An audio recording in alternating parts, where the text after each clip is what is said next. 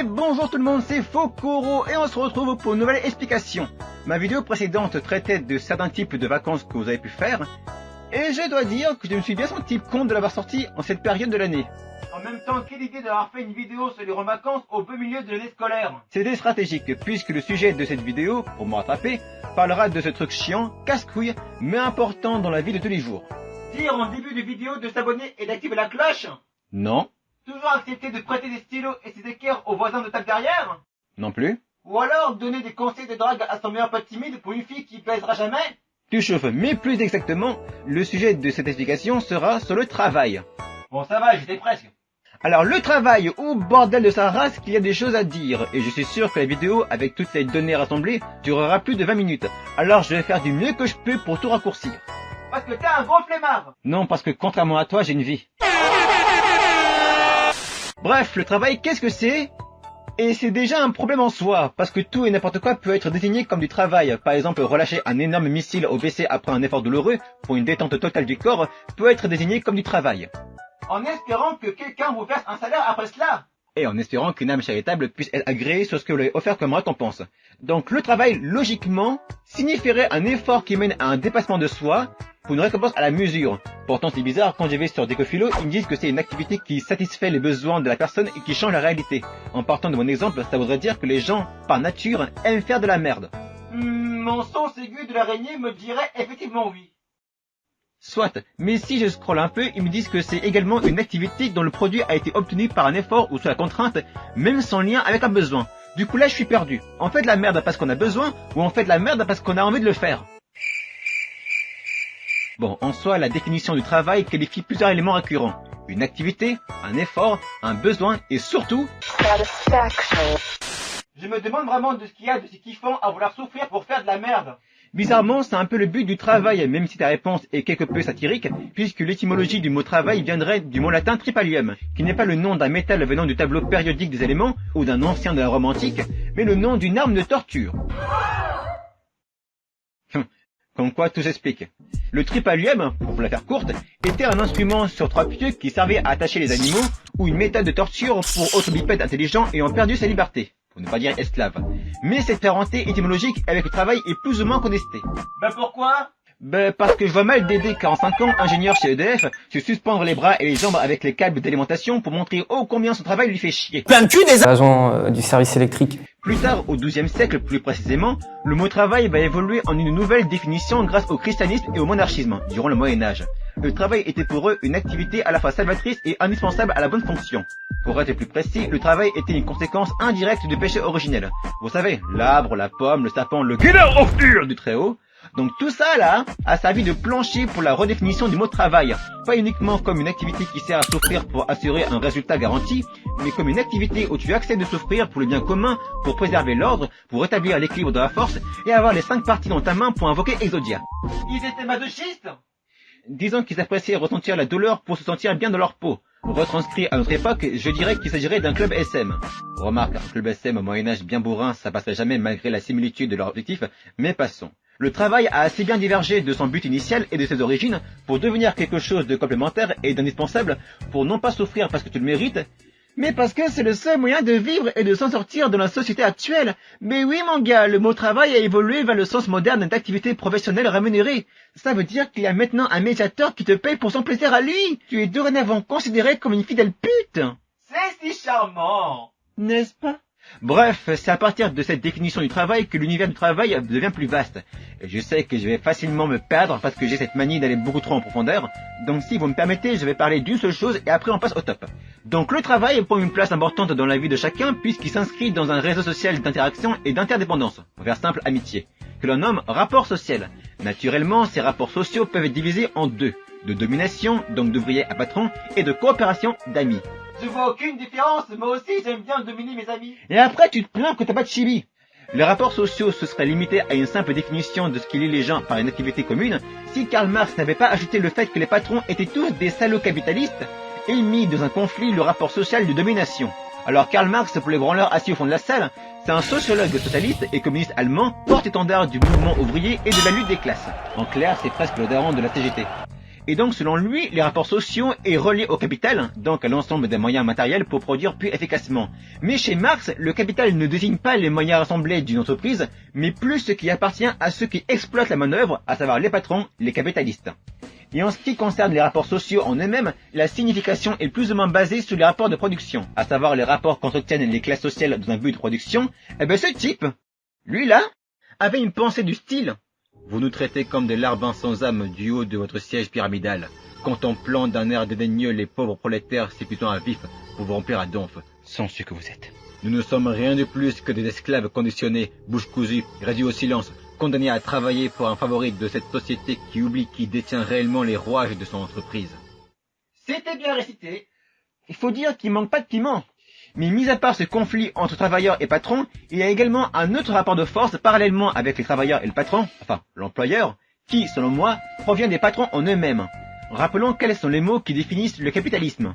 Libre marché, propriété privée, libre concurrence et implication de l'État à travers les politiques sociales. Vous voyez où je veux en venir ? Que les patrons aiment se foutre sur la gueule parce qu'ils estiment en avoir le droit ? Sûrement ça. Donc si les rapports sociaux sont a priori comme les rapports de force dans la lutte des classes chez Marx, et que les rapports de force sont représentés comme une confrontation que ce soit d'idées ou même de puissance économique, alors on peut en déduire que les rapports sociaux, dans la dimension capitaliste, est comme un énorme ring de patronat où chacun essaie de montrer à l'autre qu'il en a une plus grosse. Est-ce que toi tu en as une plus grosse ? Bah non. Je suis une petite bite. Ça se voit pas, non ? Bref, je pourrais parler encore longtemps de ce qu'est le travail, mais ma minuterie m'indique qu'il faut que je passe au top. Sinon je vais m'emmerder, on va s'emmerder, tout le monde va s'emmerder, et cette vidéo sera chiante. Donc voici un top 3, oui un top 3, sur les problèmes récurrents qu'il y a avec le travail. Parce que oui Jean-Billy, il y en a. Tu le sais peut-être pas, mais laisse-moi te les clarifier. Numéro 1, j'ai vu donc... mec, t'as reçu une convocation au tribunal ? Quoi ? Qu'est-ce que c'est que ce délire encore ? Je t'avais prévenu de pas chercher à avoir des pouces rouges dans la vidéo précédente. Mais c'est n'importe quoi. Oui, j'avoue que mes vannes sur les paysans dans mon explication sur les vacances c'est limite, mais ça va, péter un coup quoi.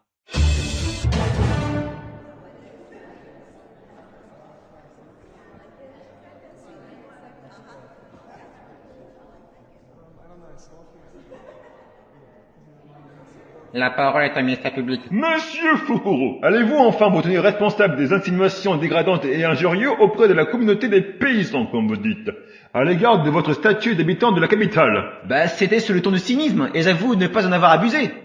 En plus, j'habite en périphérie.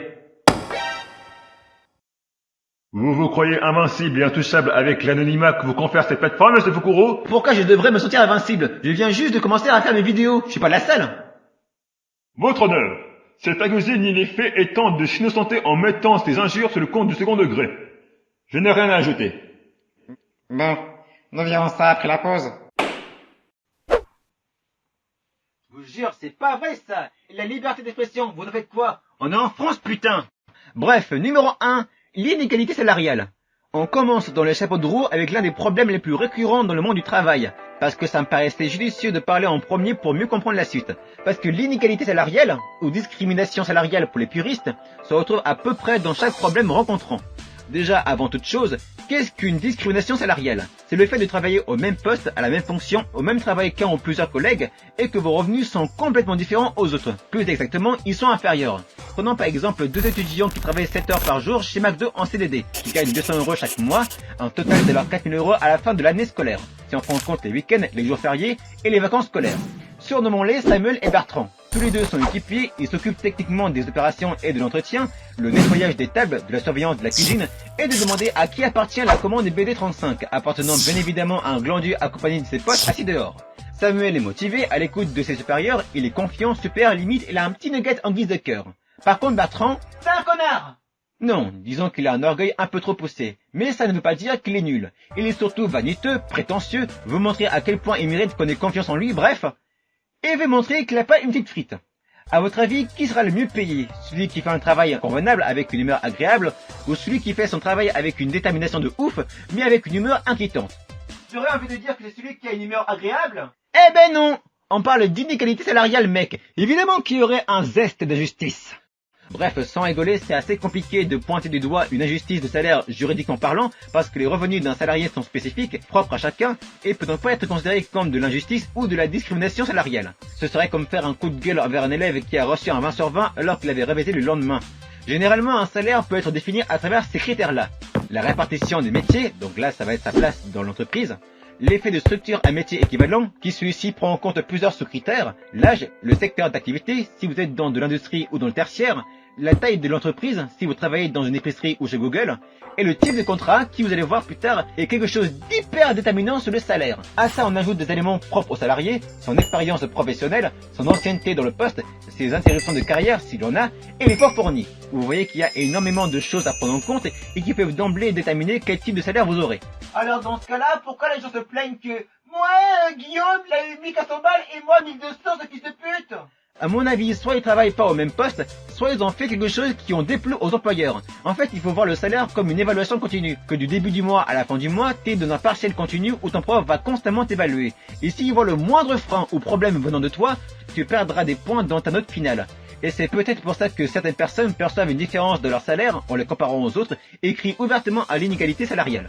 D'accord, donc en gros les personnes qui pensent être victimes de discrimination salariale sont en fait responsables de leur baisse de salaire. Je ne dis pas que c'est ça, je dis juste que c'est une raison parmi tant d'autres. Effectivement qu'il y a des inégalités salariales qui ont des raisons purement subjectives et qui témoignent de ce qu'on appelle la discrimination pure, qui concerne cette fois des cas où l'employeur abuse de ses raisons personnelles pour créer ces inégalités. Que l'employeur diminue les salaires en raison de leur sexe, de leurs orientations religieuses ou du fait qu'ils disent pain au chocolat au lieu de chocolatine. Mais là encore, ce n'est que de la discrimination pure, qui ne devrait pas avoir sa place au sein d'une entreprise. Objection, votre honneur. La définition de discrimination et d'inégalité salariale selon M. Fukuro semble lacunaire. Il oublie que les discriminations au sein de l'entreprise peuvent se confondre avec l'égalité de traitement. C'est le fait de valoriser le travail d'un ou plusieurs salariés dans une même entreprise à des postes soit similaires soit différents.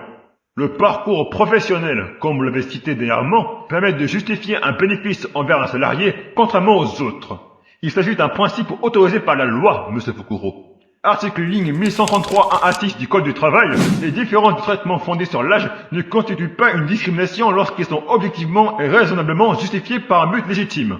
Notamment l'état de santé, le handicap, les zones géographiques spécifiques et les situations économiques d'une personne ne constituent pas une discrimination. C'est une raison comme une autre qui peut créer ces inégalités salariales, mais en aucun cas j'avais précisé que ces éléments pouvaient justifier une quelconque discrimination.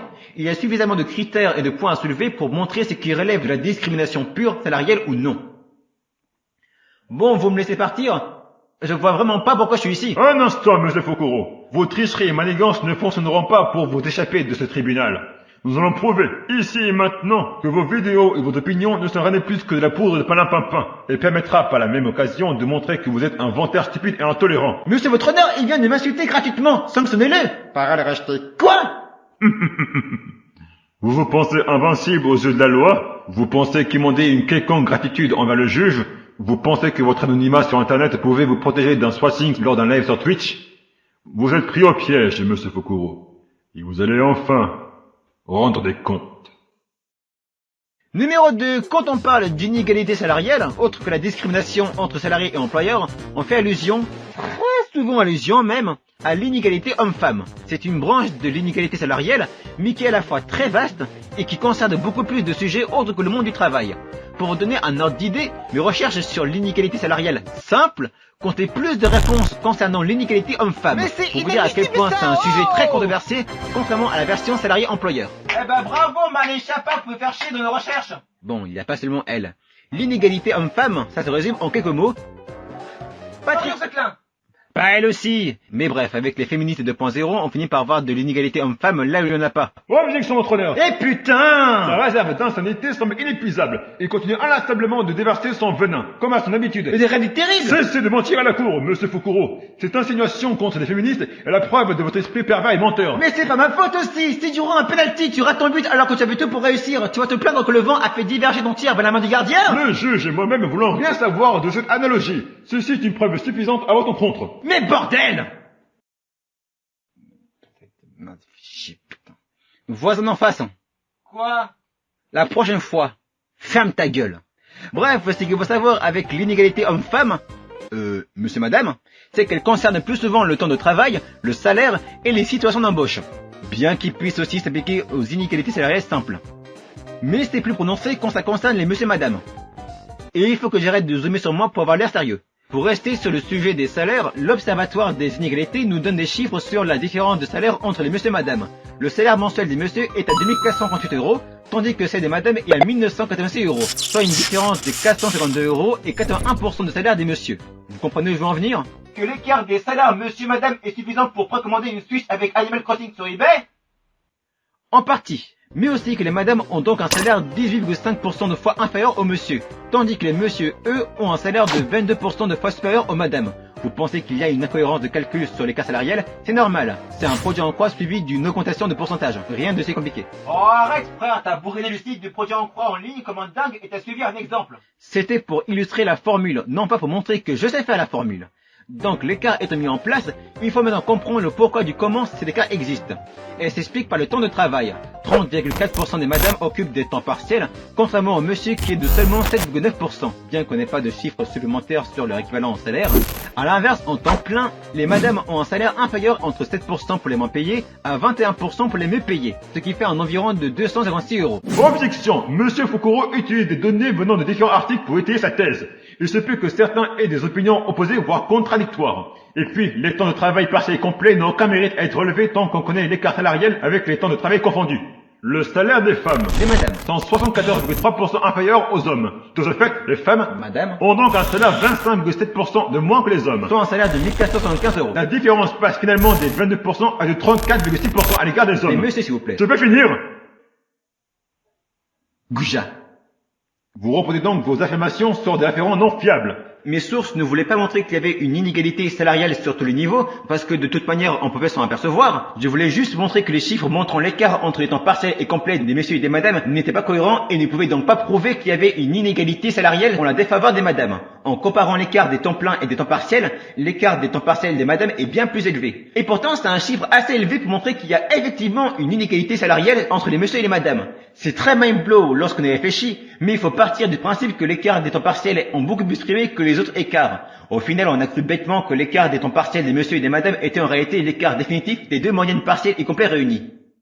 Donc ces résultats n'ont aucun fondement, c'est juste des conclusions basées sur des chiffres qu'on a ramassés dans le journal Le Figaro balancés à la poubelle. C'est bien sûr un point qui gratte derrière l'arrêt des fesses, du coup autant utiliser la technique du rasoir de cam pour décompter un autre titre de comparaison. Voici une autre comparaison qui vient, cette fois-ci, d'une étude britannique sur l'écart entre le salaire des messieurs et des madames. Nous pouvons penser que c'est l'écart des salaires rassemblés des messieurs et des madames qui travaillent dans les secteurs du tertiaire et de l'industrie. Mais en fait non, les 17% là, c'est l'écart des salaires des messieurs et des madames dans les mêmes secteurs, au même poste et à la même fonction. Dont le résultat en est le condensé. À partir de là, la question de les messieurs sont meilleurs à un domaine que les madames ne fonctionne pas. Et lorsqu'on décompte au fur et à mesure les travails, en ne retirant qu'un point précis comme le secteur, les postes et les fonctions, on passe de 17%, on est déjà bien loin des 34%, à du 2,7% d'écart. Ça me trouve le cul jusqu'à l'intestin grêle. On passe d'un chiffre qui représente l'écart salarial monsieur-madame dans des temps de travail différents à une statistique qui montre l'écart salarial lorsque les messieurs et les madames sont à la même situation d'un résultat de 2 motherfucking 7%. Ces 22% ou même ce 34% sont des statistiques données à travers des chiffres qui sont déjà représentatifs de l'écart salarial. Comme quoi la phrase « plus c'est gros, plus ça passe » fonctionne encore. Cet écart de 2,7% est un résultat certes incomplet, mais qui peut s'expliquer notamment par des facteurs qui relèvent de la discrimination pure sur les madames à l'égard des employeurs.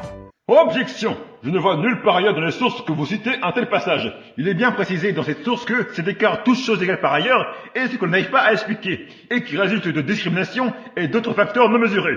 Je ne vois marquer nulle part une telle citation où la discrimination envers exclusivement la gente féminine vient de la part des employeurs. Êtes-vous en train de jouer avec les mots pour avoir raison? Faut qu'on relâche chouette! Très bien. Alors dans ce cas, j'active ma carte piège. Wayback Machine! Il était écrit sur le site le 6 avril 2018 que ces différences de traitement se rapprochent d'une discrimination pure, ou toute chose égale par ailleurs, pratiquée par les employeurs à l'encontre des femmes, et que les facteurs non mesurés peuvent en réalité expliquer ce phénomène, notamment la situation familiale, le domaine du diplôme possédé, ou les interruptions de carrière. Donc à moins que vous ayez reçu une injection à la javel contre le coronavirus, vous comprendrez que votre égalité de traitement, comme vous l'avez énuméré à la fin du numéro 1, sont à la limite de la discrimination positive, qui peut être elle-même source de discrimination pure à l'égard tantôt des hommes, tantôt des femmes. Je n'ai rien d'autre à dire. Ha! Dans tes dents! Monsieur Fukuro, je vous permets pas de... Parole rachetée. Quoi? Et pour conclure avec le numéro 3, j'aimerais faire un récapitulatif de tous les problèmes liés au monde du travail qu'on a soulevés durant les précédents numéros. Parce que t'as pas trouvé d'inspiration sur un sujet à mettre comme dernier numéro? Pas vraiment. Au fil de ces 2 longs numéros, on avait à peu près compris pourquoi le monde du travail est si controversé et pourquoi y a-t-il autant de tensions. À travers les inégalités tournées autour des revenus, nous avons vu qu'il y avait un problème au niveau des conditions de travail. Certains se sentaient pas à leur aise dans leur lieu de travail à cause de la discrimination pure. Un autre problème au niveau de l'effort fourni. Certains auront un salaire inférieur à cause de leur manque d'implication ou à cause d'une raison autre. Handicap, problème de santé ou raison personnelle. Et enfin le sexe. Une inégalité beaucoup trop présente et importante pour qu'on puisse pas y prêter attention. Il y a aussi d'autres critères que je n'ai pas soulevés dans les numéros précédents, et ce pour 2 raisons. Déjà parce que les informations rassemblées parlent de tout et de n'importe quoi, et parce que j'avais envie de faire un condensé de tout cela, en sachant que de suivre le reste c'est un point important. Et aussi parce qu'il y a certains critères, en l'occurrence le contrat de travail, l'expérience professionnelle et l'âge, qui permettent d'expliquer ces inégalités liées à l'effort fourni et aux conditions de travail. Et le sexe alors? Ce sera sûrement un sujet d'explication plus tard, donc je parlais pas de ça, je parlais des messieurs et des madames, pas de la bite. Mais dis pas ça, t'auras le couillon qui va rebondir sur cette phrase. Objection, votre honneur. Et voilà, bordel de chien. Monsieur Foucault veut initier son public à un contenu entièrement tourné vers la pornographie, tout en sachant que les règles d'utilisation de YouTube interdisent la publication de contenu explicite orienté sur la nudité et la pornographie. Les mots ne suffisent plus, vous comptez vous diriger vers une communication plus concrète? Mais c'est pas ma faute si j'ai un voisin débile profond qui balance des insanités et des phrases à double sens. Je peux pas le contrôler ni leur donner d'arrêter. Il sera un peu temps de prendre vos responsabilités et d'avouer sur ce que vous avez fait. Aux yeux du tribunal, nous exigeons de vous une image franche et honnête. Fixez le type qui veut me discréditer et prouver que je suis un authentique enfoiré. C'est plutôt vous qui deviez avoir une image franche et honnête à respecter. C'est pas vrai ça. Bref, les critères tels que le contrat, l'expérience et l'âge permettent d'expliquer par exemple pourquoi un tel a un travail qui lui plaît pas, pourquoi les travaux sont insuffisants et pourquoi monsieur gagne 20 € de plus que madame. Et ce sont des critères qui sont déterminants bien avant de commencer à travailler. Prenons par exemple un jeune de 19 ans, ça parlera à beaucoup.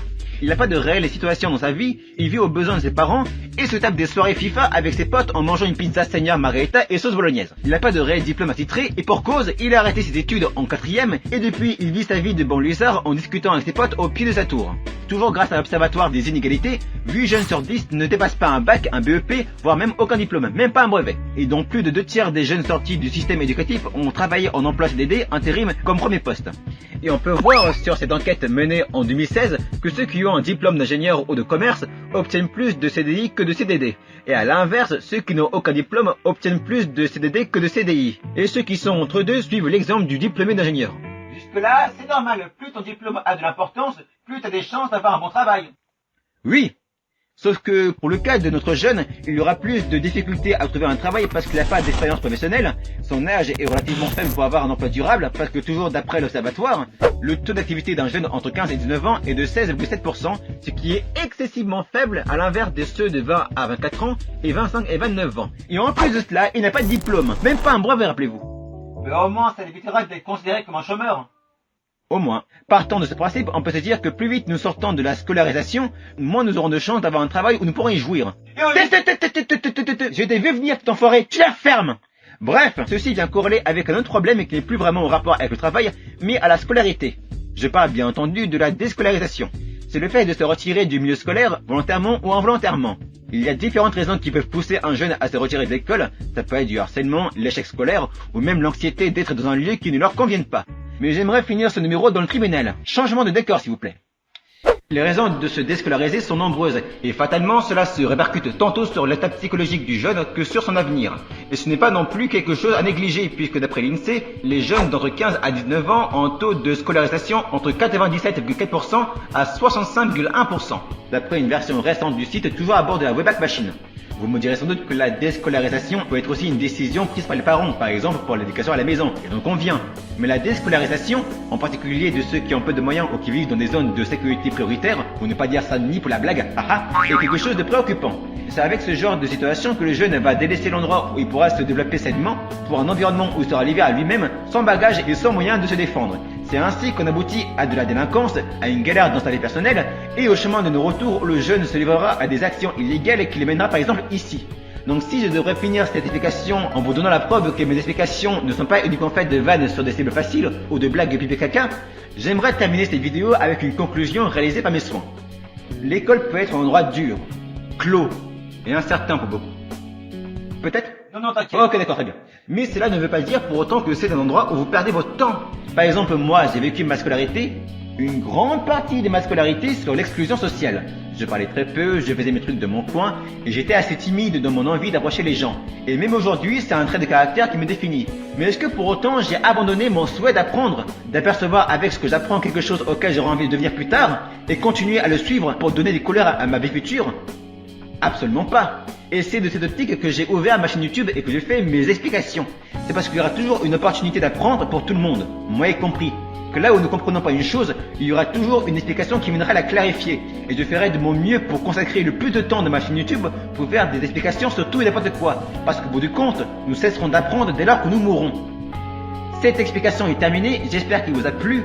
N'hésitez pas à me le faire savoir en dessous de la vidéo et à y ajouter des sujets d'explication que vous voulez que je fasse une prochaine fois.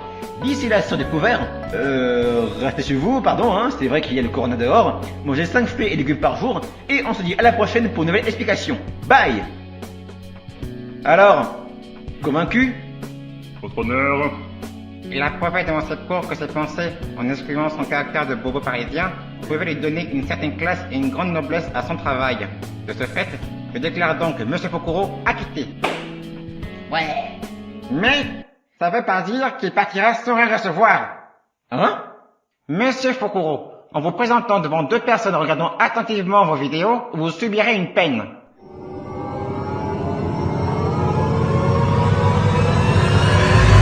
Pensez à mettre des posters et à habiller votre salon. Quoi? Alerte, alerte coronavirus. Alerte, alerte coronavirus. Alerte, alerte coronavirus. Alerte, alerte coronavirus. Coronavirus, coronavirus, coronavirus, l'air coronavirus, coronavirus, coronavirus, coronavirus, l'air coronavirus, coronavirus, coronavirus, coronavirus, l'air coronavirus, coronavirus, coronavirus, coronavirus, l'air coronavirus.